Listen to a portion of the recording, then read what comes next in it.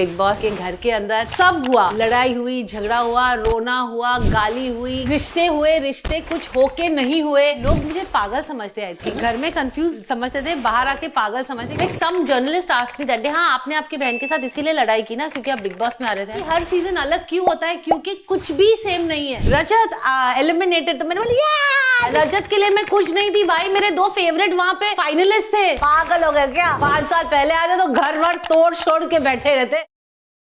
Welcome guys, आज LOL studio में आए हैं शिल्पा मैम। यस, जिनको जिनको हमने फिल्मों में देखा और क्या सुंदर हॉट हीरोइन, मतलब फीचर्स ऐसे शार्प, मतलब तीखे फीचर्स वाली हीरोइन, और हर किसी के साथ काम किया यार। मैं अभी सुबह सुबह आज पॉडकास्ट करना था तो आप इंस्टाग्राम खोलो और मैंने बोला है सैफ अली खान के साथ भी फिल्म पहचान। क्या क्या फिल्म में मैम आपने क्या क्या काम किया हुआ है। पहले तो वेलकम मैम पॉडकास्ट में। Thank you Bharti, thank you Harsh कि आपने मुझे बुलाया and I am so glad कि मैं आप दोनों के साथ स्वीट यहाँ पे हूँ। भारती से तो मुलाकात हुई है घर के अंदर, लेकिन आपसे मुलाकात नहीं हुई हर्ष। लेकिन आपके बहुत सारे वीडियोस देखे मैंने और जेन्युइनली आप लोगों को हंसाते हो, ये बहुत बहुत बड़ी बात है। So thank you so much कि आप दुनिया को हंसाते हो। You bring actually a smile on their face. Ma'am thank you so much, और कमिंग फ्रॉम यू तो और ही खुशी हो जाती है। मतलब ऐसा लगता है कि मुझे लगता है कि आज का पॉडकास्ट 6 घंटे चलेगा क्योंकि जितना इन्होंने काम किया है 1 घंटे में तो होने वाला नहीं है। लेकिन सबसे बड़ी बात मुझे ये लगी कि बिग बॉस से बाहर आने के बाद इतनी एक्साइटेड और इतनी खुशियां, इतनी मतलब स्किन भी इतनी प्यारी लग रही है। एक्चुअली मैं बहुत बहुत एक्साइटेड। लोग मुझे पागल समझते आए थे घर में कंफ्यूज समझते थे, बाहर आके पागल समझते, क्योंकि मैं जहां पे भी जाती हूँ, जब मैं अंदर जा रही थी तो इतनी बड़ी स्माइल थी, बाहर आने के बाद उससे भी ज्यादा हुई क्योंकि अभी वजन कम हो गया तो वो स्माइल थोड़ी और दिखती है, बड़ी देखे। तो but I am so excited, I can't tell you. मेरे 102 दिन मेरे लाइफ के बेस्ट दिन थे। क्या बात एंड लिटरली मैं आई एम हैप्पी टू से कि मैं घर में वापस जाने के लिए भी तैयार हूँ।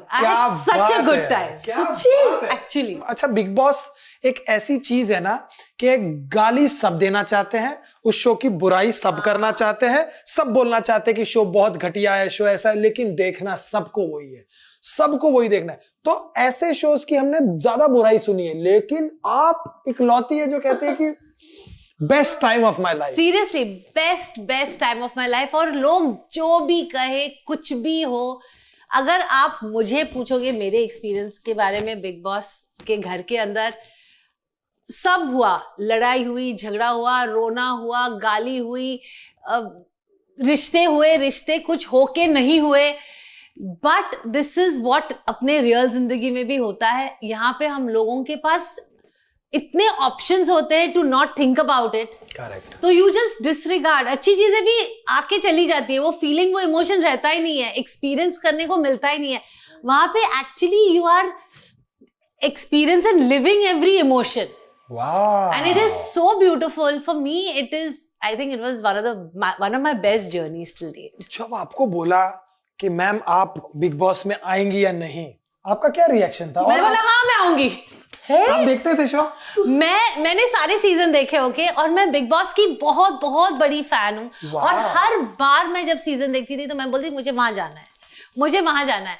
तो जब वो कॉल आया तो मैंने एक्चुअली बोला, I was with my sister in Hyderabad जब वो कॉल आया, एंड आई सेड चिन आई वांट टू गो। मैं नम्रता को चीनू घर का नाम है और आई कॉल इट चिन। तो मैंने चीनू को बोला था चिन मला जायचंय, मला बिग बॉस करायचंय। ती बोली are you serious, you want to go? I said yeah I want to go. And then luckily everything just fell in place and I did the show. But the funny part is कि जब मैं अंदर गई और हर रोज like was a new day ना, क्योंकि पता नहीं था क्या आने वाला है। करेक्ट। तो जब मैं अंदर गई तो मुझे सब लोग पूछे थे, मेरे सारे घर के सदस्य पूछे थे, मैम आपने तो सारे सीजन देखे, अभी आप बताइए आज क्या होगा। अच्छा आज होगा तो फिर कल क्या होगा, फिर ऐसे क्या। एंड यू नो एवरीथिंग जो मैंने देखा था it was all a blur, क्योंकि जब हम लोग वो स्पेस में होते हैं, हम लोग वो जी रहे हैं, वो कुछ अलग ही है कोई भी। और तब पता चलता है कि हर सीजन अलग क्यों होता है, क्योंकि कुछ भी सेम नहीं है। सिर्फ बिग बॉस की आवाज सेम है, कुछ भी सेम नहीं है। लाइक अब भारती जब आती थी तो कभी कभी हम लोगों को लगता था आज भारती आएगी, लेकिन भारती आती नहीं थी।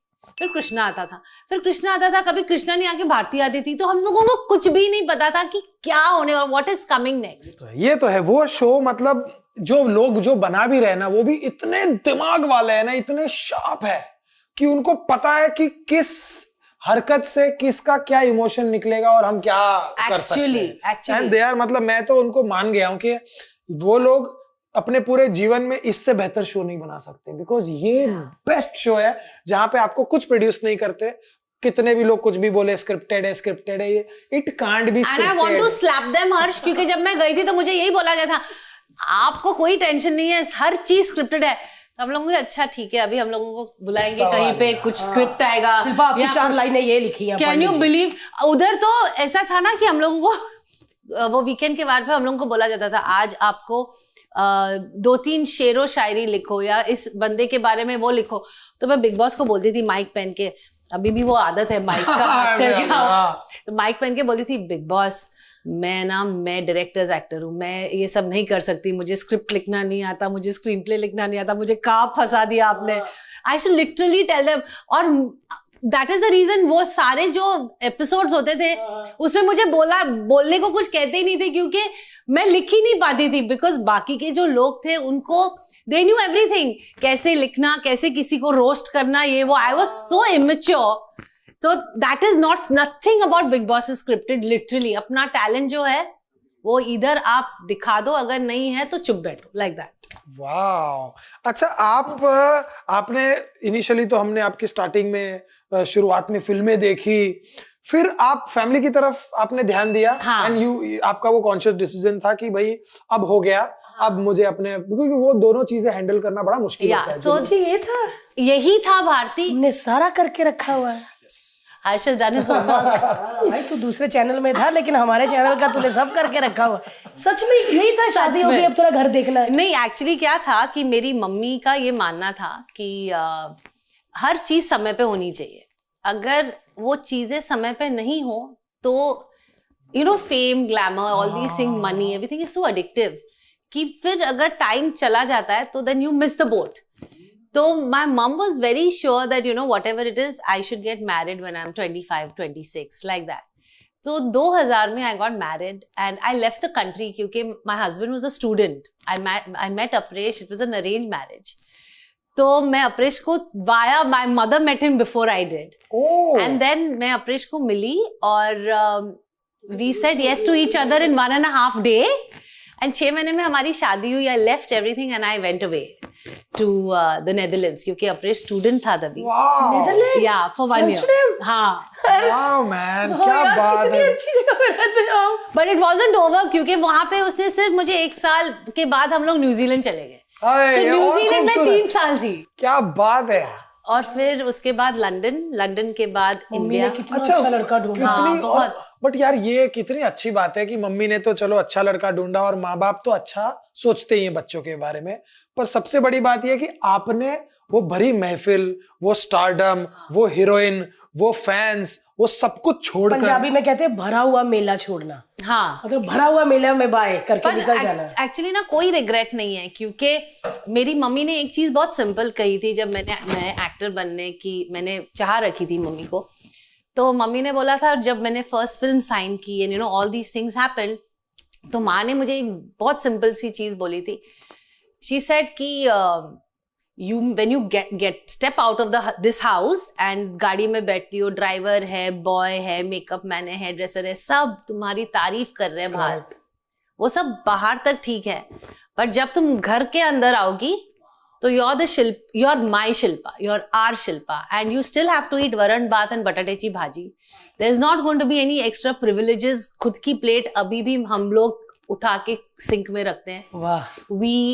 तब ऐसा था कि घर इतने बड़े बड़े नहीं होते थे, तो मेरी ऑफकोर्स एक रूम होती थी, मेरी सिस्टर की एक रूम होती थी, लेकिन जब हमारे घर में मेहमान आते थे तो हम लोगों को वो हमारी रूम एम्प्टी करनी पड़ती थी क्योंकि बड़ों को रूम दी जाती थी और हम लोग हॉल में गद्दे लगा के बिछा के सोते थे। तो ये जब मेरी शादी हुई तभी ऐसी सिस्टम थी, तो कुछ भी चेंज नहीं हुआ।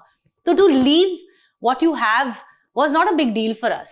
Yes. And I think it was important कि you know when you get married you start your life afresh तो that was a conscious decision. Mumbai से पूरा आप आए, क्या क्या क्या फीलिंग थी फर्स्ट टाइम एम्स्टर्डम में? एक तो क्या होता है ना, नया देश, नया परिवार, शादीशुदा, अब मेरा नई नई फिल्में आ रही, नई नई हीरोइनें, अब कुछ होता नहीं था ma'am. Actually, to be honest, Bharti, I never missed the stardom. I didn't miss the fame and all that. But मैंने एक चीज बहुत मिस की, was to be busy. क्योंकि जब मैं 16 साल की थी तब मैंने मेरी फर्स्ट फिल्म साइन की, and I worked till I was 26. I got married when I was 27 in 2000. तो फॉर मी इतने सालों का एक काम करने का एक एडिक्शन होता है ना, कि सुबह उठ के यू गेटिंग अप, नींद नहीं है, बट कुछ भी समझ में, you don't care because you love what you are doing. Yes. तो मेरे लिए वो बहुत बहुत कैसे कहेंगे